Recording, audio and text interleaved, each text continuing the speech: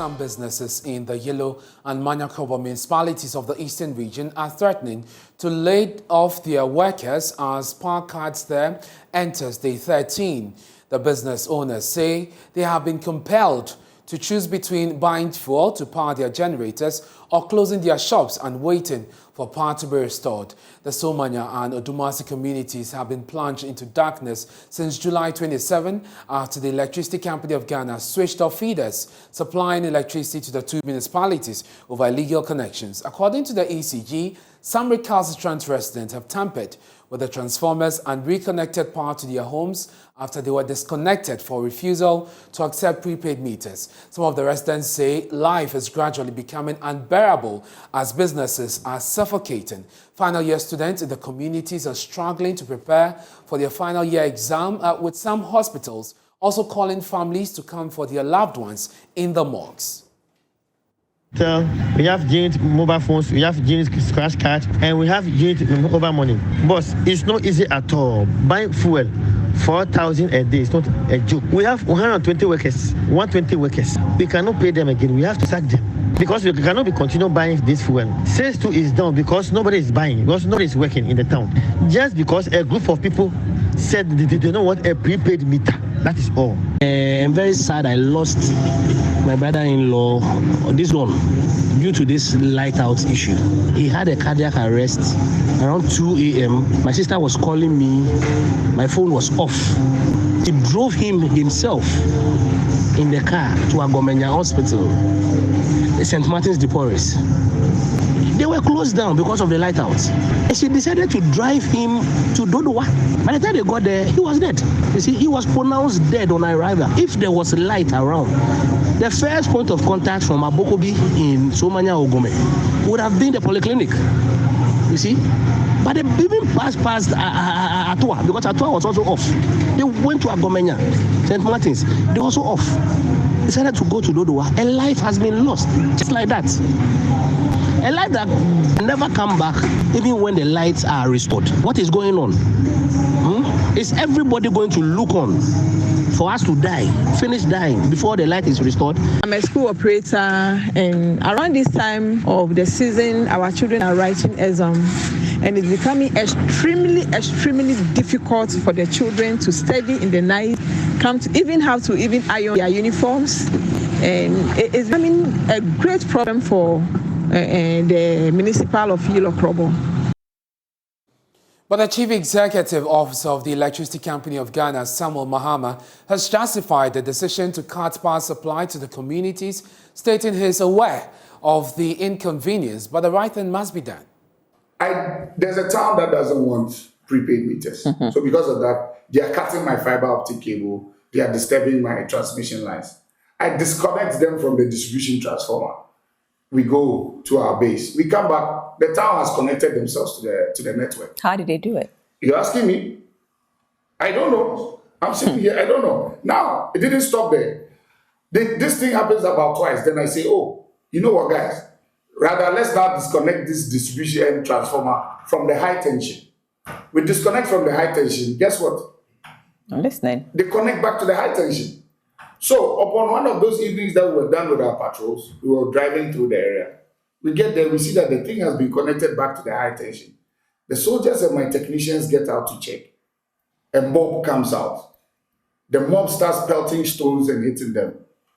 If the soldiers were not there to protect my people, what would...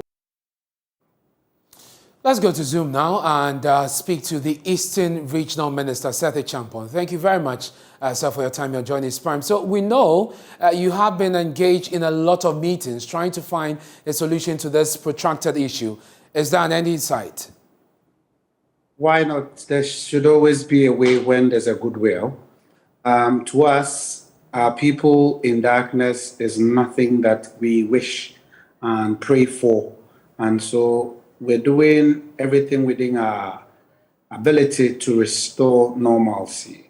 We're engaging the service provider as well as the community so that we can all come to an amicable settlement. Yes, sir, go ahead. Go ahead.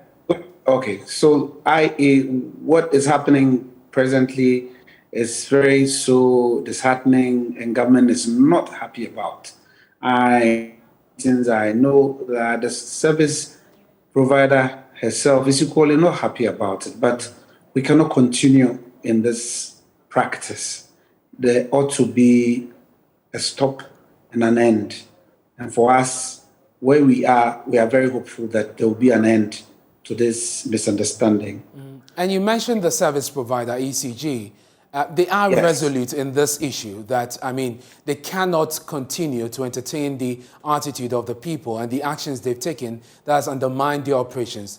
As we speak now, I know you've been engaging them. What demands are they making in order to restore power?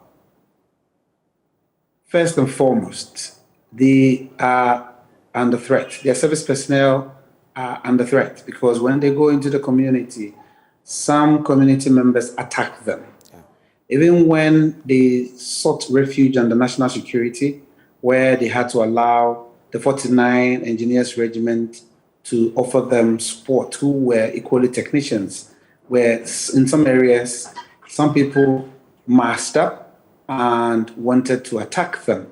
And all this had to, go through some negotiation and professionalism so we don't suffer any further accidents. So to us, we are doing the needful. The needful is to engage all stakeholders. Government has been engaging them, and I'm sure we are just almost at the tail end of negotiations. But the needful will include, and as you mentioned, providing security for them. As head of the Regional Security Council, can you guarantee the safety of their staff should they return? I guess that will be very key in moving this forward. Excellent. The entire happening has been evaluated. The professionals are doing their own analysis. They will put the analysis before us technically and teach us what to do. That's why I'm saying we are at the end.